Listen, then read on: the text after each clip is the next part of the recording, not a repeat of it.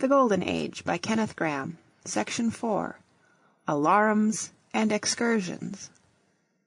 "Let's pretend," suggested Harold, "that we're Cavaliers and Roundheads, and you be a Roundhead." "Oh, bother," I replied drowsily. "We pretended that yesterday, and it's not my turn to be a Roundhead anyhow." The fact is, I was lazy, and the call to arms fell on indifferent ears. We three younger ones were stretched at length in the orchard. The sun was hot, the season merry June, and never, I thought, had there been such wealth and riot of buttercups throughout the lush grass. Green and gold was the dominant key that day.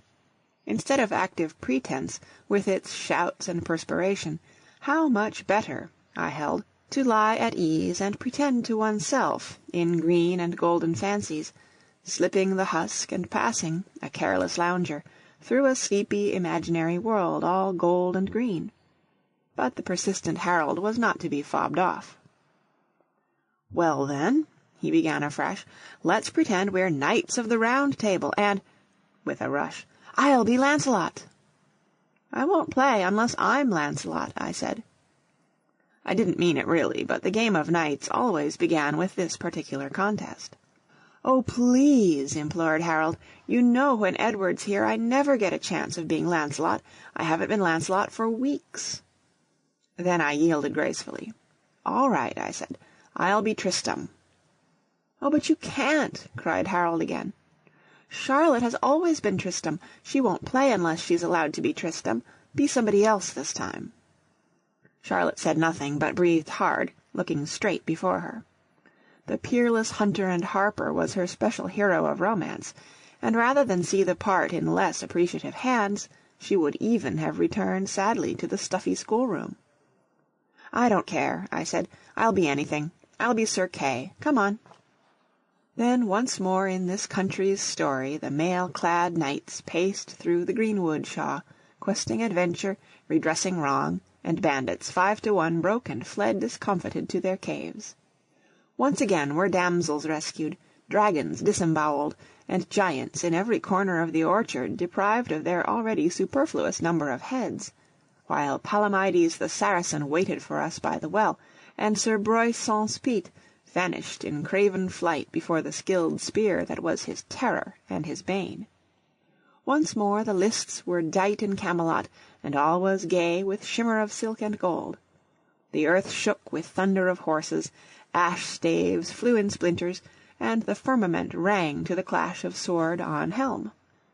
The varying fortune of the day swung doubtful, now on this side, now on that, till at last Lancelot, grim and great, thrusting through the press, unhorsed Sir Tristram, an easy task, and bestrode her, threatening doom, while the Cornish knight, forgetting hard-won fame of old, cried piteously, "You're hurting me, I tell you, and you're tearing my frock." Then it happed that Sir Kay, hurtling to the rescue, stopped short in his stride, catching sight suddenly, through apple boughs, of a gleam of scarlet afar off, while the confused tramp of many horses, mingled with talk and laughter, was borne to our ears. "What is it?" inquired Tristram, sitting up and shaking out her curls, while Lancelot forsook the clanging lists and trotted nimbly to the hedge. I stood spellbound for a moment longer, and then, with a cry of "Soldiers!" I was off to the hedge, Charlotte picking herself up and scurrying after. Down the road they came, 2 and 2, at an easy walk. Scarlet flamed in the eye, bits jangled, and saddles squeaked delightfully, while the men, in a halo of dust, smoked their short clays like the heroes they were. In a swirl of intoxicating glory the troop clinked and clattered by, while we shouted and waved, jumping up and down, and the big jolly horsemen acknowledged the salute with easy condescension. The moment they were past, we were through the hedge and after them. Soldiers were not the common stuff of everyday life.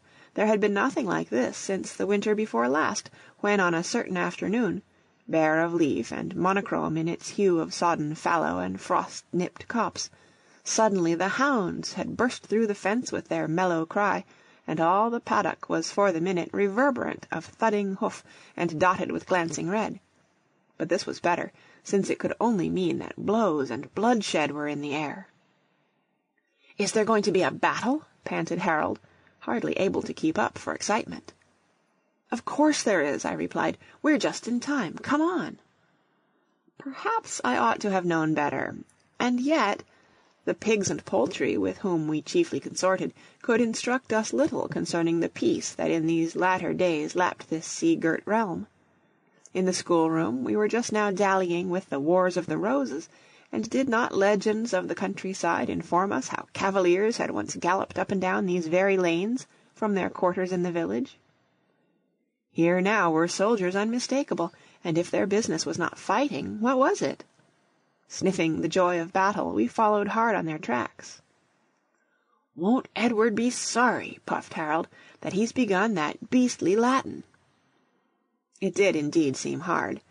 Edward, the most martial spirit of us all, was drearily conjugating amo, of all verbs, between four walls, while Selina, who ever thrilled ecstatic to a red coat, was struggling with the uncouth German tongue. Age, I reflected, carries its penalties. It was a grievous disappointment to us that the troop passed through the village unmolested. Every cottage, I pointed out to my companions, ought to have been loopholed and strongly held. But no opposition was offered to the soldiers, who indeed conducted themselves with a recklessness and a want of precaution that seemed simply criminal. At the last cottage a transitory gleam of common sense flickered across me, and, turning on Charlotte, I sternly ordered her back. The small maiden, docile but exceedingly dolorous, dragged reluctant feet homewards, heavy at heart that she was to behold no stout fellows slain that day, but Harold and I held steadily on, expecting every instant to see the environing hedges crackle and spit forth the leaden death. "Will they be Indians?" inquired my brother, meaning the enemy, "or Roundheads, or what?" I reflected. Harold always required direct, straightforward answers, not faltering suppositions. "They won't be Indians," I replied at last, "nor yet Roundheads. There haven't been any Roundheads seen about here for a long time. They'll be Frenchmen." Harold's face fell. "All right," he said, "Frenchmen'll do, but I did hope they'd be Indians." "If they were going to be Indians," I explained, I don't think I'd go on, because when Indians take you prisoner they scalp you first and then burn you at a stake. But Frenchmen don't do that sort of thing." "Are you quite sure?" asked Harold doubtfully. "Quite," I replied. "Frenchmen only shut you up in a thing called the Bastille, and then you get a file sent in to you in a loaf of bread and saw the bars through, and slide down a rope, and they all fire at you, but they don't hit you. And you run down to the seashore as hard as you can, and swim off to a British frigate, and there you are." Harold brightened up again. The programme was rather attractive. "If they try to take us prisoner," he said, we won't run, will we?" Meanwhile the craven foe was a long time showing himself, and we were reaching strange outland country, uncivilized, wherein lions might be expected to prowl at nightfall. I had a stitch in my side, and both Harold's stockings had come down. Just as I was beginning to have gloomy doubts of the proverbial courage of Frenchmen, the officer called out something, the men closed up, and, breaking into a trot, the troops, already far ahead, vanished out of our sight. With a sinking at the heart, I began to suspect we had been fooled. "Are they charging?" cried Harold, weary but rallying gamely. "I think not," I replied doubtfully. "When there's going to be a charge, the officer always makes a speech, and then they draw their swords and the trumpets blow. But let's try a short cut. We may catch them up yet." So we struck across the fields and into another road, and pounded down that, and then over more fields, panting, downhearted, yet hoping for the best. The sun went in, and a thin drizzle began to fall.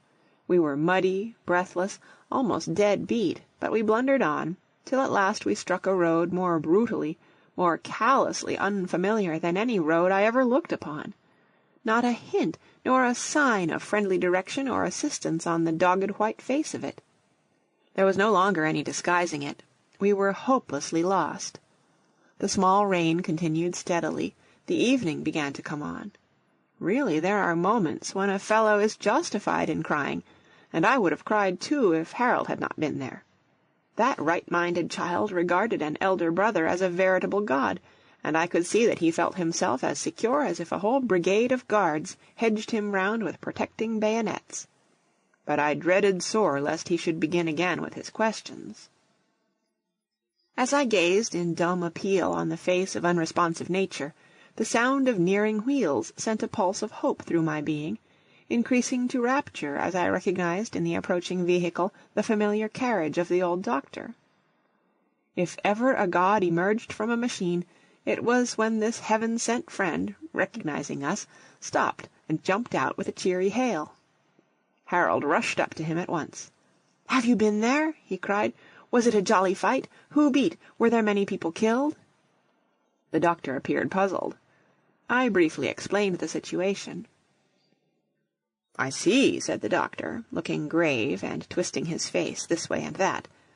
"Well, the fact is, there isn't going to be any battle today. It's been put off, on account of the change in the weather.